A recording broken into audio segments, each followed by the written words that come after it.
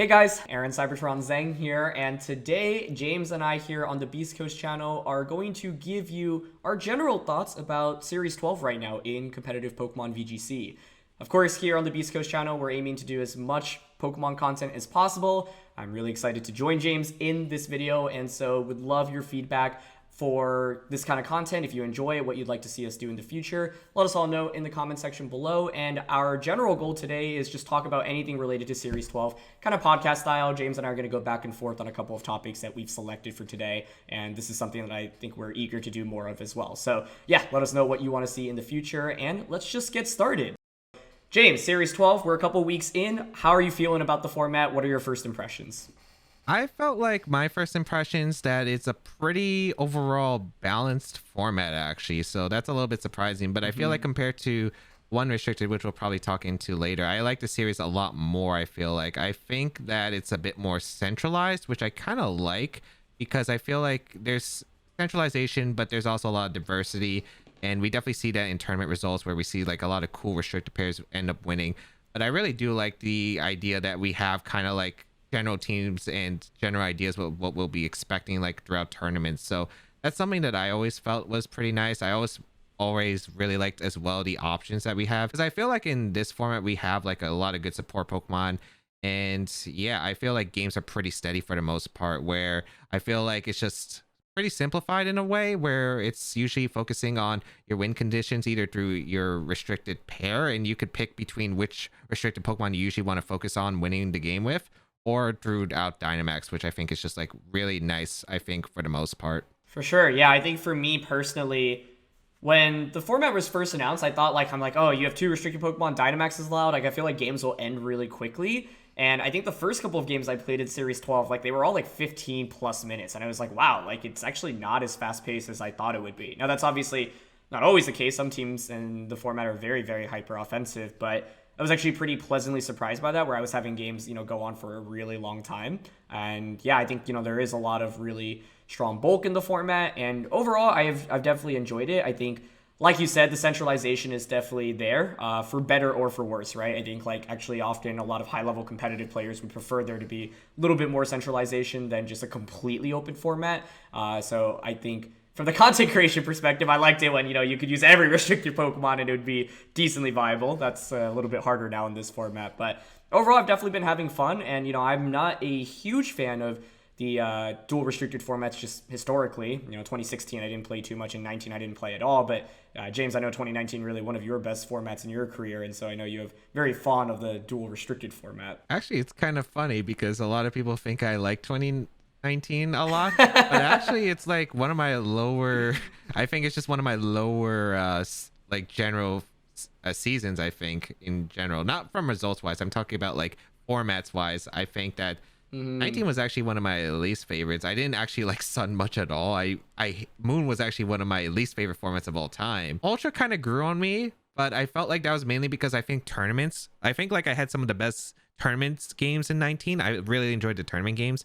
But I felt like just general playing wise, laddering and prepping, it was really, really difficult because there was like so much volatility. I think ladder wise, it was just really hard to have fun, I think, in the format. That's a really good point, actually. And it brings me back because I didn't play 2016 that much, but I won a regionals in Anaheim, and even though I didn't love the format, I think what's interesting is you're not the first person I'd say that about dual restricted formats. And I think part of it is that these formats often, I wouldn't say are completely solvable, but feel like they're maybe a little bit more interesting to approach in team building, because you get rewarded for being a really good team builder, right? Because there's only so many combos that are really, really common. And so if you have that kind of creativity and you're able to identify things in the meta that no one else has, I feel like in the centralized formats, you can often have a better edge than.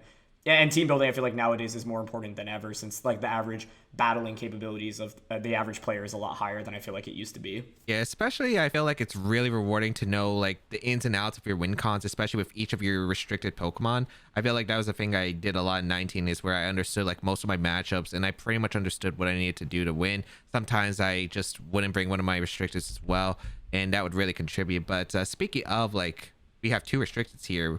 The previous Gen 8 formats, we had only one restricted Pokemon, and now we have two instead. And one of those times we had no Dynamax, and then the others we had with Dynamax. So what are your opinions on 2 restricted versus 1? Yeah, it's like I mentioned, I historically haven't been a huge fan of the dual restricted format, and I think I personally enjoyed the 1 restricted format a little bit more. And it was just kind of how we were joking earlier, but maybe not so much a joke about the idea of using every restricted. Like I tried out every restricted Pokemon once, and I felt like I had seen a decently viable team around all of them, and I think it's just a little bit harder in the dual restricted formats for some to really shine at all, and so leads to the centralization we were talking about a little bit earlier. So it's interesting where I think from like a for fun format, this definitely isn't as exciting as some of the other formats, especially because I think like a lot of people like to use some Pokemon that are not as common, and it's just harder to execute when now not only are you facing down a Zacian, but they're also paired with something that's a really, really strong. And so yeah, it's definitely taking some time to get used to. And I think you mentioned Dynamax as well, which is so interesting because when we played restricted formats before, Dynamax in previous years wasn't really a thing. And so it does add another dimension, which I actually kind of do like in the restricted format specifically, because now you're not only relying on your restricted Pokemon, you can have something like a Landorus T or a Thundurus, for example, that can actually be a very, very potent threat, right? There's some Pokemon that can like easily beat 2 restricted Pokemon, and it's not a restricted in itself. And so I think I actually like Dynamax a little bit more because it means the game just doesn't necessarily revolve solely around the restricted Pokemon. But I know, Dynamax is a pretty controversial topic. I think I have enjoyed it a little bit more than average players. But at the same time, I feel like as competitive players, our job at the end of the day is to just adapt to whatever format we are playing. But I understand why a lot of people maybe don't like the format as much as others that we've played. Yeah, I think with the 2 versus 1 restricted Pokemon, I feel like I way prefer 2 restricted. 1, you did mention a good point, is we usually saw like at least, a viable team, I think, with like every single restricted out there, except maybe like the ones that you don't really use, like regular Calyrex or like I guess I can't even remember Cosmog and Cosmium. We obviously don't see those, but you would generally just see most of the time. I think there were a few exceptions. Like I think Giratina Origin was only, Giratina Origin form was only good with the no Dynamax allowed. But yeah, for the most part, you usually saw like at least one viable team. I think the thing I liked about 2 restricteds, which was more of a playing wise than a team or watching perspective, was the fact that I felt like if you have like a really bad restricted matchup, for instance, like a Calyrex Shadow Rider versus the Yveltal team, you just really can't afford to bring the Calyrex, I think, most of the time. And you usually just have to fight a restricted with your 4 normal Pokemon, which I think is a really uphill battle compared to like if you have a 2 restricted Pokemon, you have 2 restricteds basically, and then you're facing a team where you don't have the best matchup. Usually one of your restrictions will do just fine in the matchup, so even though it's a 2v1, it can definitely be more manageable, especially with like the extra firepower that one restricted can bring to the table.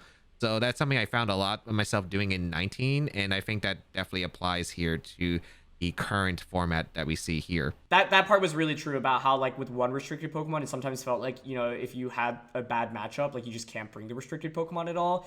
And I think like I've really felt that, especially when using Yveltal, where it was like, oh man, this Pokemon could be so good if Zacian didn't exist, but Zacian exists, and so it feels really bad to bring it into a matchup with Zacian in itself. And so it goes both ways at the end of the day. And I don't know if I feel particularly strong one way or another, but yeah, what you said about that is definitely super true. I know you enjoy Dynamax more than the average player, and for me, and I've been very open about this to my audience in general, I am not a big fan of how Dynamax interactions work in the format. Maybe if you want to see a video of where me and Aaron talk about Dynamax and how we actually feel about it, why not let us know in the comments down below, because I think that would be a great discussion video for another time.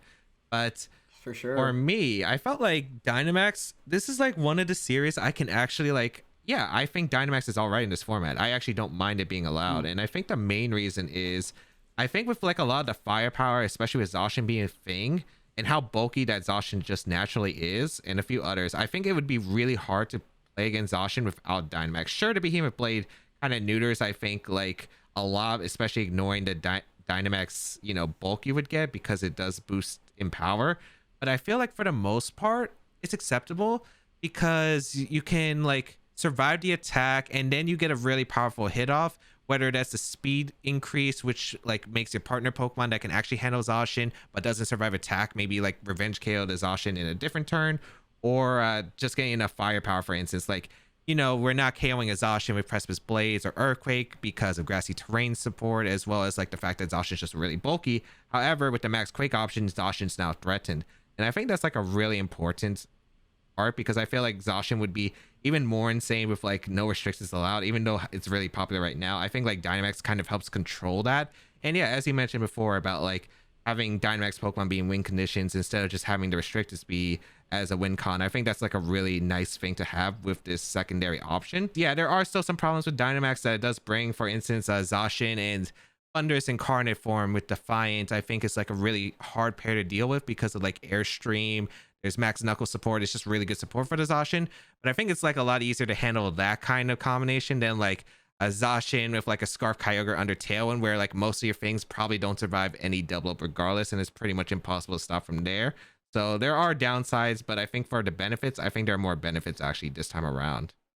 For sure. And, you know, we've actually been talking about Zacian a lot. So I think, like, this is also a really interesting topic, which is we've talked about centralization. We've talked about Zacian. So let's talk about Zacian centralization. This is the Pokemon that really is on the majority of teams at the moment. And in previous restricted formats, you know, you saw some combos that were really powerful, but felt like there was, you know, a couple that would do well, and they did not necessarily rely on one Pokemon, right? For example, in 2016, you had Rayquaza Kyogre, but you also had Groudon Xerneas, and so obviously 4 very different Pokemon from each other.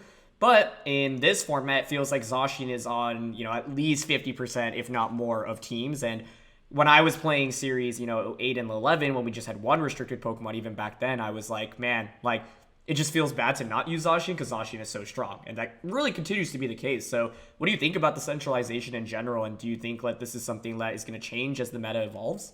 Well, Zacian, I mean, I think Gen 8 has kind of really changed the power dynamic of like Pokemon. Yeah. We have stuff like Regieleki, we have Urshifu, Dracovish. We just have all of these insane options, and then they gave a Pokemon like these insane stats. Like, if you look at Zacian stats, it has incredible bulk, firepower, and speed, with an ability that gives +1 attack right on the field. And then it also has just a move that can destroy Dynamax, which is a core central part of like how you play the game in this generation, which Yep.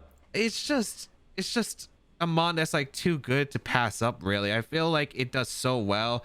The typing itself is already pretty insane, but when you have all of that, I mean, it's just like, why wouldn't you bring this mon? It's super strong. I feel like it's on so many different teams. There's so many ways you can run it. Fast, bulky, fast bulky, there's fast offensive, there's slow offensive, slow bulky. There's just so many different ways you can use the Zacian, and they're all gonna be good. It's got good coverage, it's got solid bulk. It's just crazy because it pairs well with a lot of restricted. It's good against a lot of max mons. It doesn't require Dynamax itself, which is really nice as well, because you can pair it with a partner. Like we talked about like Thunderous before, where Thunderous can help support the Zacian and make it even more insane, and then you can just leave the Dynamax to other users, which, yeah, it's just nice having you don't have to rely on you can rely on the other Pokemon instead of just using like, oh, I can Dynamax Zacian because it can't Dynamax, so you don't even have to worry about that. You can just have more centralized, and it just really helps with the team mode that way. Do I think it would go down? Maybe slightly, but I feel like we're just going to see better and better Zacian teams as the year goes on, and it's definitely just going to be adjusted, I feel like, for the most part. Maybe there'll be some techs out there, but I feel like Zacian's just not going anywhere. I think I said this when Series 8 first came out, and Zacian was like a Pokemon that we were pretty much worried about, but yeah, I just couldn't see it. I knew that Zacian was still going to be like the number 1 use, most restricted in the most part. And yeah, I still think it's like one of the best out there, and I don't think it's going away anytime soon, especially in usage. Maybe it'll decrease a bit, but I don't think it's going anywhere. How do you feel? Yeah, no, I think I agree with everything you said. And what's interesting is if you look at previous VGC formats, there were years where maybe one Pokemon was really strong pre-Worlds, but then like had a pretty weak showing at Worlds, right? And so I'm thinking, for example, Mega Kangaskhan in 2014, everyone's like, oh my gosh, this Pokemon's really broken. And when it came to Worlds, actually, like Mega Kangaskhan didn't even make it into the top 8 back in 2014. And so, you know, it's really interesting where like sometimes people will figure it out by Worlds. The tricky thing here is it's not just Zacian by itself. I think if you're playing a one restricted format, I actually, you know, could see a non-Zacian team, you know, winning Worlds, for example, if Worlds were to happen. And I'm not saying that that won't happen for a 2 restricted format, but in this format, it's like Zacian in itself is so strong, it's splashable literally onto any team for all the reasons you described. So I think like statistically, it's more likely that there will just be more Zacian teams. People would like, so it's basically like you either use Zacian or you have a team that counters it really, really well, right? But I feel like in this format, it's just for now easier to use it.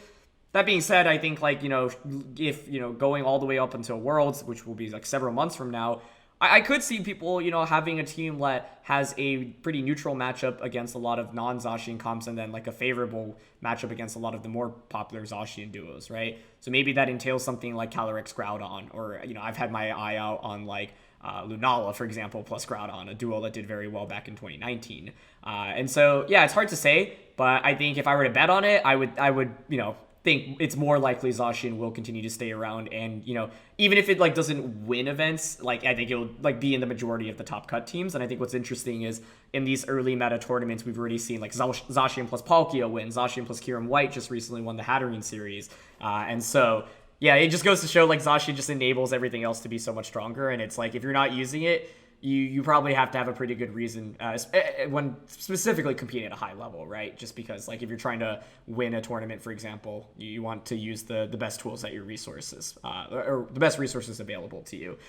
So yeah, it definitely feels a little bit different than previous centralized formats. And man, Zacian in itself, like you said, James, like when you were describing all of the things that they added to this Pokemon, it's like, how is this real, man? Like, why do they give it so much? It doesn't need to be this strong. And then they rob Zamazenta and not even give it body press, which is a move that they created in this generation, which it feels like. And Zamazenta has like crazy stuff that it can do, but the thing is, you can't have all of it at the same time. You can't be bulky, fast, and do decent damage output. You have to pick. It's like a Mega Venusaur in that kind of way. I felt like from 15, but yeah, I mean, I think what you said about the 1 restricted compared to the 2, I definitely agree with you on that, actually, because when we look at statistics from like the later parts of like Series 8 and Series 11, I think Series 10 was different because I think Zacian was still going to be the #1 restricted for the most part. I mean, I think it was just like crazy. But even when you think about it, I think for Players Cup, Zacian definitely went down in usage. We saw a lot of Groudon Sun teams that were just really good against Zacian for the most part.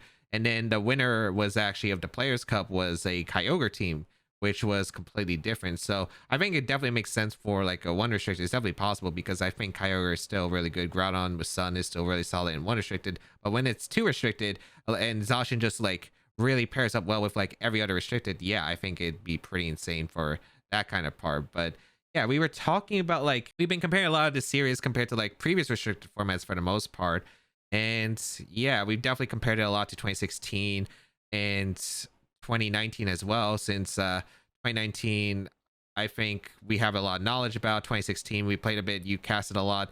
Can you give us insight to what you think about previous restricted formats? And you also played 2010, which is a format that I don't have much experience with. Do you think that there can be some correlation to some insight from there? Yeah, for sure. I think what's interesting is that like there's like the fundamental concept of having 2 like really strong restricted Pokemon is always going to be there, right? It's like these are the Pokemon that generally the game is centralized around. But I think what we were talking about earlier with Dynamax makes it so it actually feels kind of different to me, right? Like you're obviously trying to play around your restricteds, but often I think how I see the game is how well can you utilize your 3 turns of Dynamax, right? And that maybe even more so than how well do I use my restricted Pokemon specifically, because Dynamax can just give you such a big advantage. And also if you use it incorrectly, or if your opponent just plays well around it and saves their Dynamax after you've spent a couple of turns already, it just gives them such a big advantage. And so for that those reasons, like it actually feels quite different from a lot of the other previous restricted formats. And James and I were actually talking about this before recording this, but one really interesting thing is whether or not you feel willing to drop a restricted Pokemon, because for most of my experience playing 2016, even 2019, I always got really nervous dropping restricted Pokemon. And in this format, it feels like you have a little bit more room to do that because Dynamax can often make up for it. And sometimes your restricted Pokemon just has such a bad matchup against the opposing team where a support Pokemon can actually offer a lot more.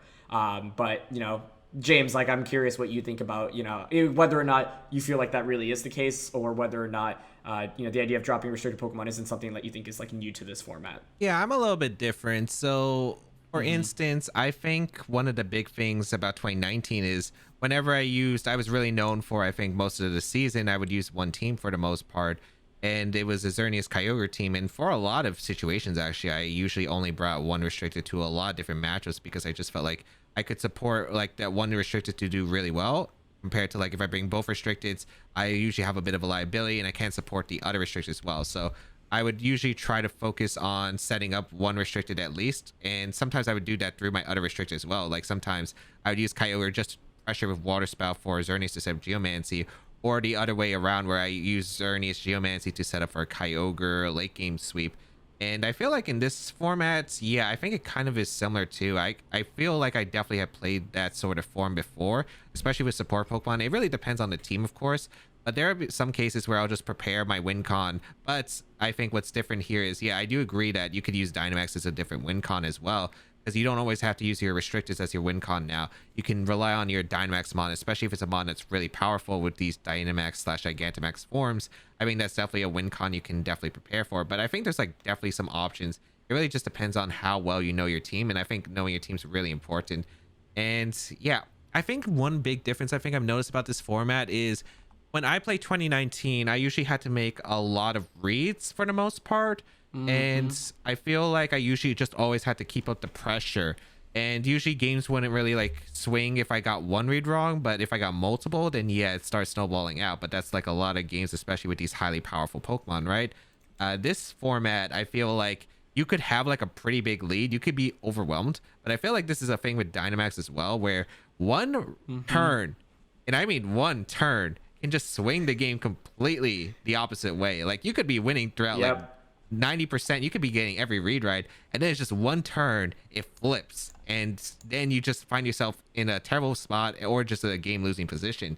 I feel like that actually happens quite often in this format. I've definitely noticed like a lot of games I've watched throughout streams and stuff, throughout tournaments, I feel like I've seen that happen consistently. So I was wondering if maybe that's something you had a little bit insight to, because that's just something I noticed, and I definitely have noticed that from playing. I could be playing really well, and then like there's one turn in, and then I'm like, oh wait, no, I lose this game. So what do you feel about that? Yeah, no, I think that's a really good point. And I think part of it is like Dynamax in itself is already so strong, but it's like the effects of the max moves are such a key component to the format as well, right? Like the idea of literally just like getting your Zacian in and then max airstreaming with like a Thundurus or Landorus next to it, for example, that has the potential to just instantly turn the tides completely back into your favor, right? It's like suddenly maybe you're using bulky Zacian, doesn't have much speed investment, but you give it a speed boost, and all of a sudden now you've got two Pokemon very hyper offensive that can just completely outspeed and KO everything on the opposing side. So I definitely feel that in a Dynamax format. I think what's also scary is like knowing when to Dynamax, right? Because they like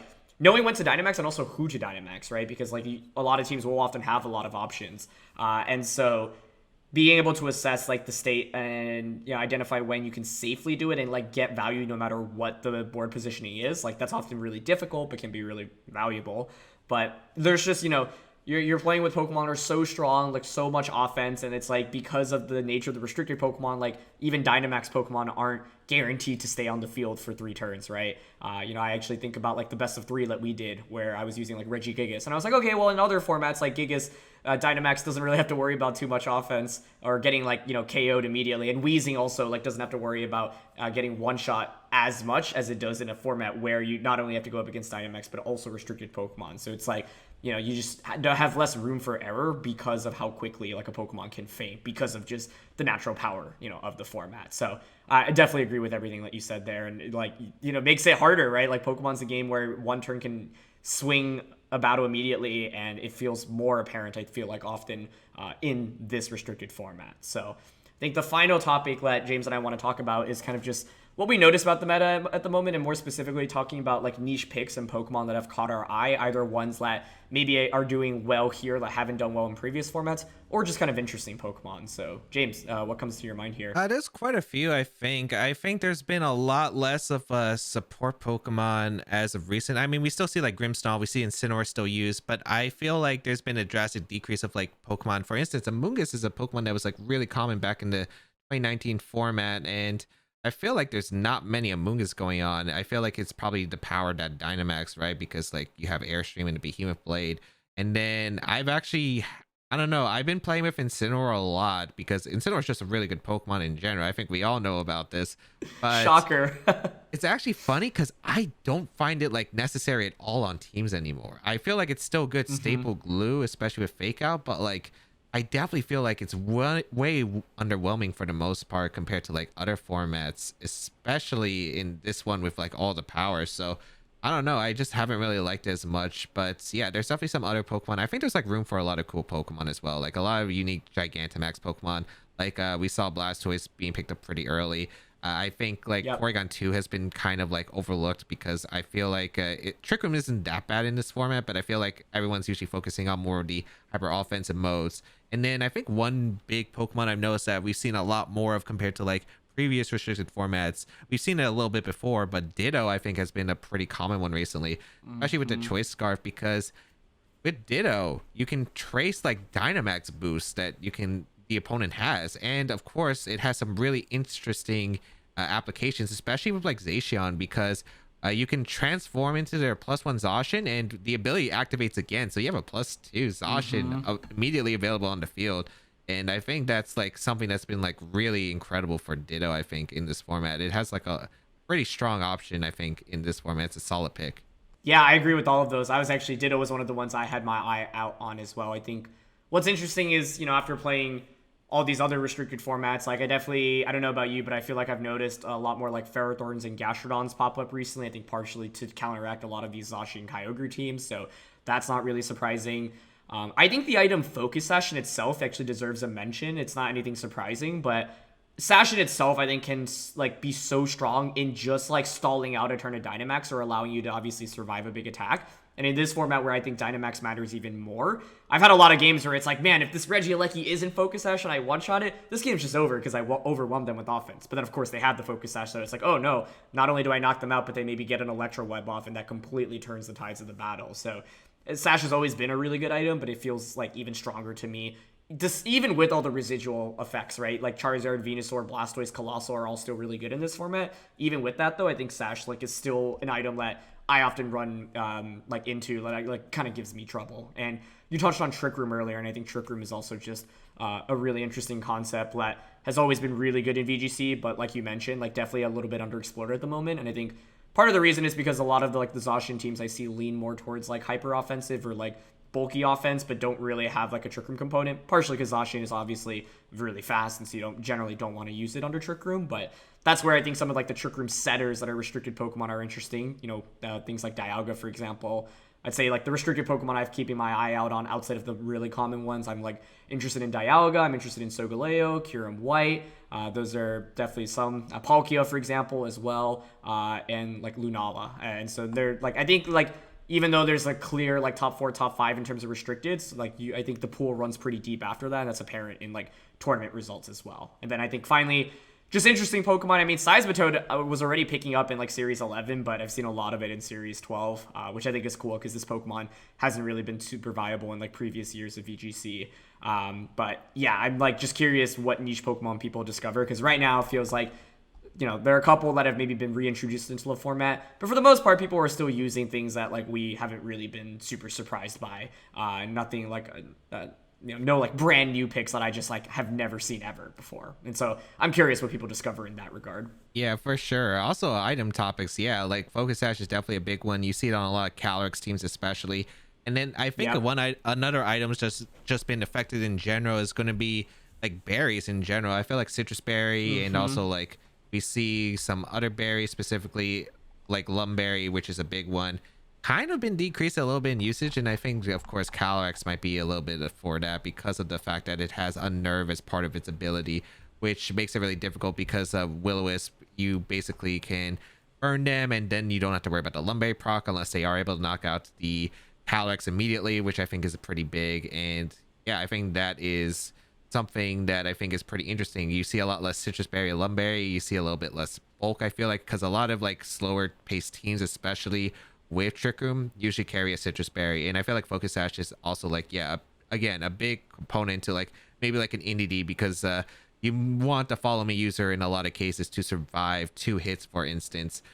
So you make sure that your Trick Room user survives the turn because there are a lot of powerful spread moves as well. So it's a little bit difficult to use Trick Room, and I think that's the main reason why we just haven't seen it much. Absolutely. I think the last thing I want to talk about before we finish for this is Kyurem-White, actually, because Kyurem-White just won the Hatterene tournament, Hatterene Series number 4. And so I don't know if you've seen the team, James, but it's Kyurem-White with Life Orb, Whimsicott with Helping Hand, and Tailwind with Sash, AV Thundurus, which we've talked about Thundurus a bunch, Kobaberry and Moongus. That's a Pokemon that you mentioned, people actually aren't using as much, and that definitely seems to be the case. Safety Goggles, Incin, and then just Sub Zacian. So yeah, Kyurem's an interesting Pokemon because it really hasn't had as much success in previous restricted formats, but definitely fulfills the niche here. So what do you think about the Pokemon in general? I think Kyurem was also really good in previous restricted formats. I think for the single restricted, it was just really good because it's really solid against weather teams because Hailstorm threats the Venusaur and the Groudon, and it can change the weather so Charizard doesn't do as much. Then for Kyogre, you have super effective freeze dry. With Dynamax, you usually survive a lot of attacks, and then it can threaten like Oko on Zacian with a life or max move. So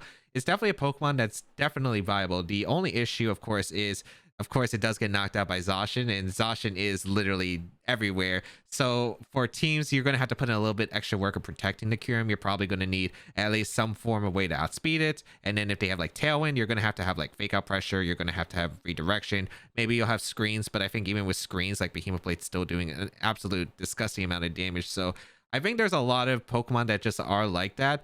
Like Palkia, for instance. I think Palkia was another one that's kind of like or kind of similar to Kyurem-White in a way, where it's really good against like a lot of the format, but the problem is, of course, Zacian, which has been really restricting these restricted Pokemon from really showcasing what they can do. But I feel like as we develop more in the meta, we're going to see these teams that are just better equipped to handle Zacian, and maybe we'll see more of these restricted Pokemon just be able to shine. For sure, yeah. I think what's cool to me is, we obviously are playing a format that's a little bit more centralized, and Kyurem, like you mentioned, was actually pretty good in some of the previous restricted formats this year. Historically in other years of VGC, it's been allowed in, just hasn't really seen too much play. Dynamax, actually allows it to be a little bit stronger too, because it can really get just huge one-hit knockouts with its max moves. But yeah, I think like one thing that I really do like from this early metagame is we've seen Kyurem plus Zacian win, we've seen Palkia plus Zacian win tournaments, and these are like substantially large tournaments as well. And I think that's exciting because it means you don't necessarily just have to, use a combo out of Calyrex, Shadow Rider, Groudon, Kyogre, Zacian, Yveltal, right? Like those feel like the 5 restricteds that are really common, but like Calyrex Ice Rider, for example, sees decent play. I mentioned like the Dialga, the Solgaleo, the Lunala, the Palkia, the Kyurem. These are all the restricteds that I think are maybe a lot as common, but I could definitely see winning events, and we've already seen that proven out. So yeah, I think, that covers all of the thoughts that we have for today, but I think this is something I'd love to honestly do with James every week or two, where we just talk about recent events, kind of chat about how we're feeling about the format and where our general heads are just about the format, just because this is going to be the format we're playing with for a very, very long time. So if this is content that you enjoy, if you have certain discussion topics that you want to see James and I cover in the future, please let us know in the comment section below. Leave a like. Don't forget to subscribe to the channel and to our individual channels. And yeah, James, do you have any final words? Yeah, I'm just excited because I feel like we are at the early stages, of course. The meta has been explored already a little bit. Players have been, picking at the format since January. Japan actually kind of started out earlier because they hosted like basically what was Series 12 rules said, like as a friendly, like I think it was like last year in 2021. So I'm kind of curious, especially with like tournaments coming back. I'm really excited because we're going to have our first Japan qualifier with the IC currently. And I don't know if it's going to happen by the time this video comes out, or maybe it already happened. But yeah, for sure, I'm pretty excited to see like what kind of strategies they'll have in mind, even though it might be only best of one. We got Japan Nationals coming up as well. We got regional champions coming back. I'm really excited to see like what the players are going to use and how they're going to form their teams, and maybe we'll see some really cool stuff. For sure. That's going to be it for this one. So guys, thank you so much for joining us today. This is going to be it for James and I. And yeah, we really appreciate you watching. We'll see you all next time.